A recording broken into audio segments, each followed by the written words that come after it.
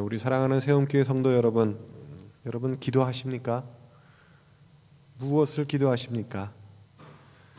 우리는 저번 주부터 빌립보서를 강의하고 있습니다. 근데 오늘 본문이 빌립보서 1장 9절에서 11절인데 제목을 붙여보자면 바울의 기도, 이렇게 제목을 붙일 수 있을 것 같습니다. 본문으로 들어갑니다. 바울의 기도를 볼 때 우리는 먼저 두 가지를 전제하고 들어가야만 합니다. 첫 번째는 바울의 기도는 예수님의 기도와 100% 부합한다는 것입니다. 예수 그리스도께서는 기도를 친히 하셨고 또 제자들에게도 친히 이것이 기도다라고 가르쳐 주신 바가 있습니다. 우리는 그것을 주기도문, 주님께서 가르치신 기도라고 얘기를 하지요. 주기도문의 핵심은 아주 분명합니다. 그것은 뭔가 하면 내 자신을 위한 간구가 아니라 하나님을 위한 기도였다는 것입니다. 예수 그리스도께서 가르쳐 주신 주기도문의 간구에 제일 먼저 나오는 것은 하나님의 이름, 하나님의 나라, 하나님의 뜻이 이 땅에 이루어지기를 위한 기도였습니다. 그리고 나서 그 다음에 우리의 일용할 양식, 죄의 용서, 시험으로부터 보호받는 것, 악으로부터 구원받는 것을 구하라고 예수님 가르쳐 주셨습니다. 먼저 하나님을 위하여 구하고 나중에 우리를 위해서 간구하라고 가르쳐 주신 것입니다. 이 기도는 전혀 자기중심적인 간구가 아닙니다. 하나님을 위한 기도와 공동체를 위한 기도이고 또 예수님이 가르쳐 주신 기도의 방법의 특색은 바로 이것인데 하나님을 위해 먼저 기도하고 이웃과 공동체를 위해서 기도하라는 것이었습니다. 두 번째 전제가 있습니다. 그것은 바울의 기도는 가장 목회적인 기도라는 사실입니다. 무슨 얘기인가 하면 바울이 신약 성경 속에서 남긴 서신이 굉장히 여러 개가 있습니다. 근데 그 여러 개의 서신에 기도가 안 들어있는 서신이 하나도 없어요. 직접적으로든 간접적으로든 내가 너희를 위해서 이렇게 기도하고 있다, 내가 너희를 위해서 간구하고 있다라는 구절이 꼭 나옵니다. 그 중에서 공개적인 것만 찾아봐도 에베소서 1장 15에서 19절, 에베소서 3장 14에서 19절, 골로새서 1장 9에서 12절, 데살로니가 후서 1장 11절에서 12절에 보면은 공개적으로 내가 너희를 위해서 이렇게 기도한다 라고 써 있는 것을 볼 수가 있습니다. 그럼 사도 바울은 빌립보 교회를 위해서 무엇을 기도했을까요? 바울은 각 교회의 성도를 향하여 편지를 보낼 때 그 교회, 각 교회에 가장 필요한 것을 골라서 뽑아서 가슴에서 피를 토하는 심정으로 사랑을 담아서 공개된 기도문을 쓴 것이고요. 그 기도는 각 교회의 사정을 꿰뚫어보고 가장 적절하게 하는 기도였을 텐데요. 그럼 빌립보 교회를 향해서는 무엇을 기도하고 있을까요? 그것이 오늘 본문 9절, 10절, 11절에 나오고 있습니다. 제가 다시 한번 읽습니다. 내가 기도하노라 너희 사랑을 지식과 모든 총명으로 점점 더 풍성하게 하사 너희로 지극히 선한 것을 분별하여 또 진실하여 허물 없이 그리스도의 날까지 이루고 예수 그리스도로 말미암아 의의 열매가 가득하여 하나님의 영광과 찬송이 되게 하시기를 기도하노라. 9절 10절에 보니까 나와 있습니다. 너희에게 사랑이 풍성해지기를 기도한다. 근데 그 방법이 무엇인지 아십니까? 지식과 총명함이 자라는 것이다. 그렇게 써 있습니다. 이 총명이라는 단어를 영어로 찾아보니까 depth of insight, 그러니까 그 영감의 깊이가 깊어지는 것이라고 써 있습니다.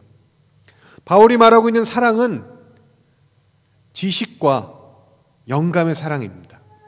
무엇이 옳은지 무엇이 선한지 분별하는 힘을 주는 것이 사랑이다라고 이야기하고 있는 것입니다. 그 힘으로 진실하게 예수님이 오실 때까지 기다리게 만드는 기도, 그것이 바로 사랑이라고 이야기하고 있는 것입니다. 바울에 의하면 사랑이란 지식과 영감이 쌓여서 선한 것을 분별하게 되는 것입니다. 바울의 마음속에 단 하나 빌립보에 있는 교인들을 위해서 요청하며 기도하는 것이 있었는데 그것은 뭔가 하면 하나님을 아는 지식이 빌립보 교회 교인들에게 주어지는 것이었습니다. 지혜와 영적인 통찰력이 그들에게 주어지는 것이었죠. 사람들은 모두 하나님의 뜻에 대해서 생각합니다. 인생의 중요한 결정을 할 때에 하나님의 뜻을 알고 싶어 합니다. 결혼할 때, 새로운 집을 살 때, 선교지를 택할 때, 교회를 택할 때, 자녀 갖기를 원할 때 등 우리는 하나님의 뜻이 그때마다 어디에 있는지 궁금해합니다. 그러나 여러분, 우리가 깊이 생각하지 않으면서 하나님의 뜻이 내게 이루어지기를 원합니다 라고 기도할 때에 그 기도하는 그 우리의 마음속에 혹시 하나님, 주님의 뜻이 무엇인지 보고 싶습니다. 만약에 그게 내 계획이랑 잘 맞으면 신중하게 좀 생각을 해보겠습니다. 혹시 이런 의미로 하나님의 뜻을 알고 싶어하는 것은 아닙니까? 하나님의 뜻을 알기를 원한다는 것은 주님, 내가 어떤 대가를 치르든지 무엇이 필요하든지 어디로 인도하든지 하나님의 뜻이 이루어지기를 원합니다 라고 기도하는 것입니다. 내 뜻이 꺾이더라도 하나님의 뜻을 이루어 주십시오. 내 계획이 변경되고 내 비전이 다 흐트러지더라도 나보다도 하나님의 뜻이 먼저 이루어지기를 원합니다. 그것이 바로 하나님의 뜻을 알고 싶습니다라는 기도인 것입니다. 내 뜻, 내 소원, 내 비전, 내 계획을 포기합니다라가 전제되어야 하나님의 뜻을 알고 싶습니다라고 기도할 수 있게 되는 것입니다. 여러분, 기도는 쉬운 게 아닙니다. 기도는 사랑의 행동입니다. 기도하면 사랑하게 됩니다. 자신을 사랑하면 자신을 위해 기도하게 됩니다. 그리고 자신을 위해 기도하면 자신을 더 사랑하게 됩니다. 하나님을 사랑하면 하나님의 이름과 나라와 뜻을 위해서 기도하게 됩니다. 그리고 공동체를 사랑하면 공동체를 위해 기도하게 됩니다. 반대로 하나님을 위해 기도하면 하나님을 더 사랑하게 됩니다. 이웃과 공동체를 위해 기도하면 그 이웃과 공동체를 더 사랑하게 되는 것입니다. 그런데요, 참으로 우리 기도는 그렇지 않습니다. 우리 기도의 대부분은 우리 자신과 우리 주변을 위한 기도입니다.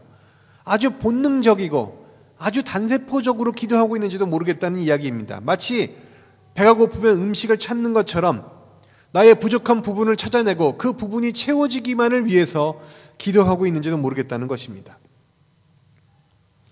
근래 한국에 있는 교회들은 그 규모가 너무나 큼에도 불구하고 비난을 받고 있습니다. 정말 너무나 열심히 예수님 믿고 있는 그런 교회들인데도 그 비난의 화살을 피하지 못하고 있습니다. 왜 그런지 아십니까? 그 비난받는 내용은 자기중심적, 이기적이기 때문이라는 것입니다. 어떻게 자신의 생명을 십자가에 내어주신 예수님의 몸인 교회가 이기적인 교회로 세상에 비치는 걸까요? 이 세상의 빛이요, 이 세상의 소금으로 존재하는 그 교회가 오히려 욕을 먹을 대상으로 존재하게 된 것일까요? 아마도 자기 자신, 자기 가족, 자기 기관, 자기 나라, 자기 교회, 자기 교단을 위해서만 기도하기 때문에 그 기도가 열매를 맺기 시작하자 그렇게 비춰지는 게 아닐까요? 새벽 기도, 철야 기도 너무나 열심히 기도하지만 기도를 하면 기도할수록 자기 자신만을 더 사랑하게 되고 자기의 이웃만을 더 사랑하게